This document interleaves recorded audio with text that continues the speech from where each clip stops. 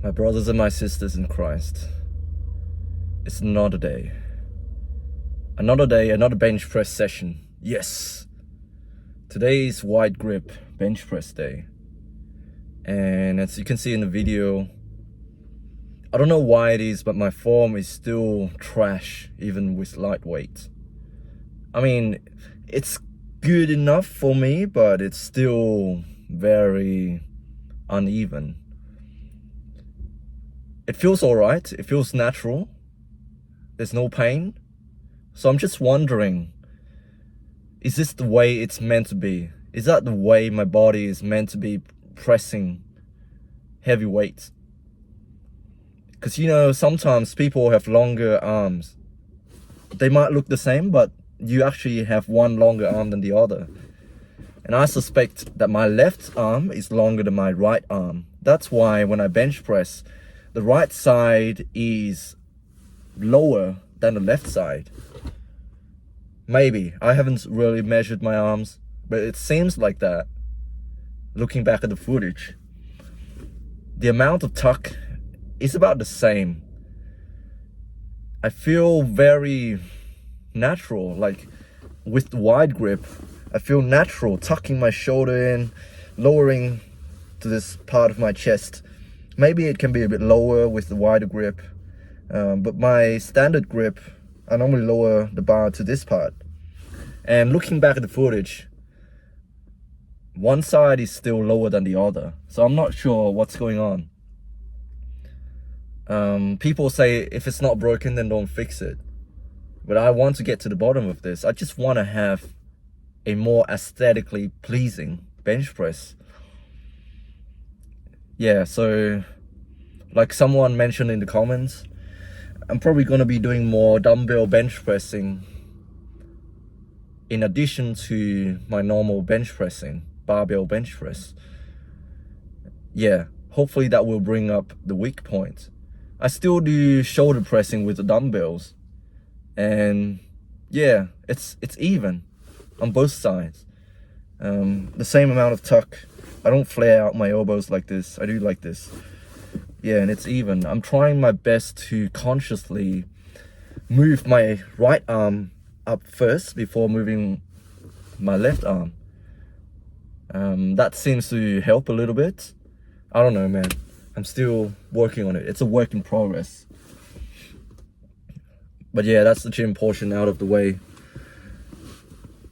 I've been binge watching crime documentaries again.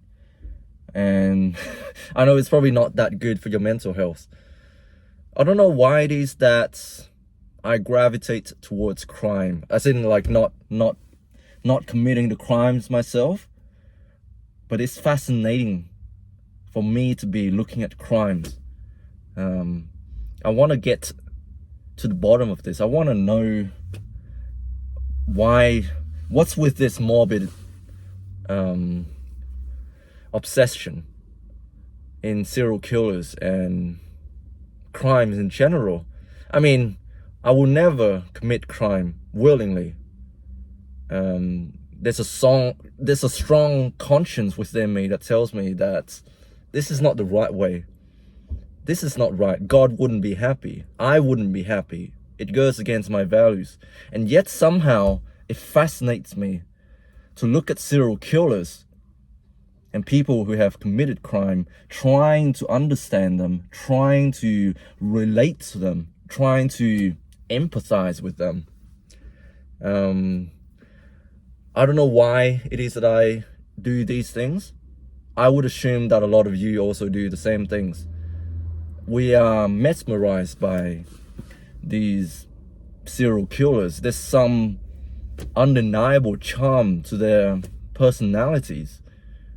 And I don't know, man. I am not glorifying crime. I'm not glorifying serial killers. It is just fascinating. It's fascinating that such a normal human being like me and you could ever bring themselves to doing such things. And one person that came to my mind, because I've been watching a lot of crime documentary, one person that came to my mind that this really hits close to home, because it's a nurse. You all probably have heard by now, Lucy Letby, the nurse who killed all of these babies and was charged with the attempted murder of several more. She finally faced justice, and just looking at her, I mean, like, I can see myself in this person. Like, I don't mean that I will ever kill babies. It's just like, how could such person commit such crime, you know? Like, she seems so normal, like a normal 33-year-old lady, just like one of us, you know, like our colleagues. Imagine my colleagues doing that. I would never have suspected her to be doing that, you know? Sometimes, like, you pass people out here every day, they seem so freaking normal, but then you don't know what they're going through, and you don't know how a person's mind works, and that fascinates me. If anything, our mind is the most sacred thing. You can never read someone else's mind. I don't know if technology can do that in the future, but at the moment, our mind is the most sacred thing. I can think of the most heinous crimes in my head, the most dark, painful secrets in my mind, and you wouldn't know unless I choose to reveal that part of myself. So yeah, if you want to get along with people, you just don't say everything that is in your mind, you know? Now this is not an excuse for you to ignore these intrusive thoughts. If you do have them, I recommend you do seek help, because it can wreck your life. Because if you don't reconcile with these emotions, these thoughts, and these thoughts are socially unacceptable, one day when you least expected it, they are gonna creep out. They're gonna hit you when you least expected it, and they're gonna bring out the worst part of yourself into the world, and you don't want that, you know. But I'm saying there's a degree of self-preservation and secrecy, if you can call it that way. If you want to get along with people, if you want to be a part of this society, you cannot say everything that is in your mind. Sure, there are negative things in the world. Bad things are happening to us every single day. Bad things are happening to people everywhere.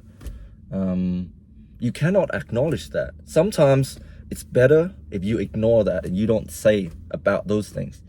Someone done you wrong, it's better that you don't say these things in order to get along with people. I am holding myself accountable. I'm doing these videos. I am, in a way, recording my thoughts and sharing my thoughts with the world. I know the repercussions that this can potentially bring to me, my character, my reputation. But I'm willing to do that because I want to hold myself accountable. I want to get to the bottom of this. I want to know why it is that I feel a certain way about certain things in life, and I want to share this with you. I'm not putting myself on a pedestal and saying I am the Messiah. I am someone you should follow. I just want to satisfy this need to share. And I guess it can be a therapeutic thing. I guess it can be a helpful thing for some people to be able to read my mind, to know what I'm thinking. I hold myself accountable because if I've done something wrong, there will be repercussions. If I say something wrong, people will tell me. And it is risky. I know the risks. You know, the thing with Lucy Letby, I see myself in her, you know, like I see myself in every single one of these, I don't know, every single one of these people who have committed crime. I see a little bit of myself. Maybe this is the beginning of me trying to understand people and trying to empathize with people. You have to feel a certain way. I'm in no way condoning I'm no ways in support of what these people have done, but I can sort of try to put myself in their shoes, you know? I don't know what I'm saying. I guess by making these videos, I know my employers are monitoring our social media accounts. I want to let you know that I stand for justice. I stand for truth. I stand for integrity, accountability. I say things because I truly believe in these things. This is me at this current moment in time. I am not afraid of being corrected. I'm not afraid of being wrong. When people tell me that I'm wrong, I take it into account. I take accountability. And I try to figure out why it is that I did certain things. And that's why I'm so open about this. Yeah, I guess you can say, there's one quote that I want to say before I close this video up. It's better to have, I don't know, it's better to have honest enemies than friends who are snakes or something like that. As always, stay strong. God bless. I love you all. I have complete faith in God and the plan that God has for you. So go out there, live your life, and love each other. Okay, peace.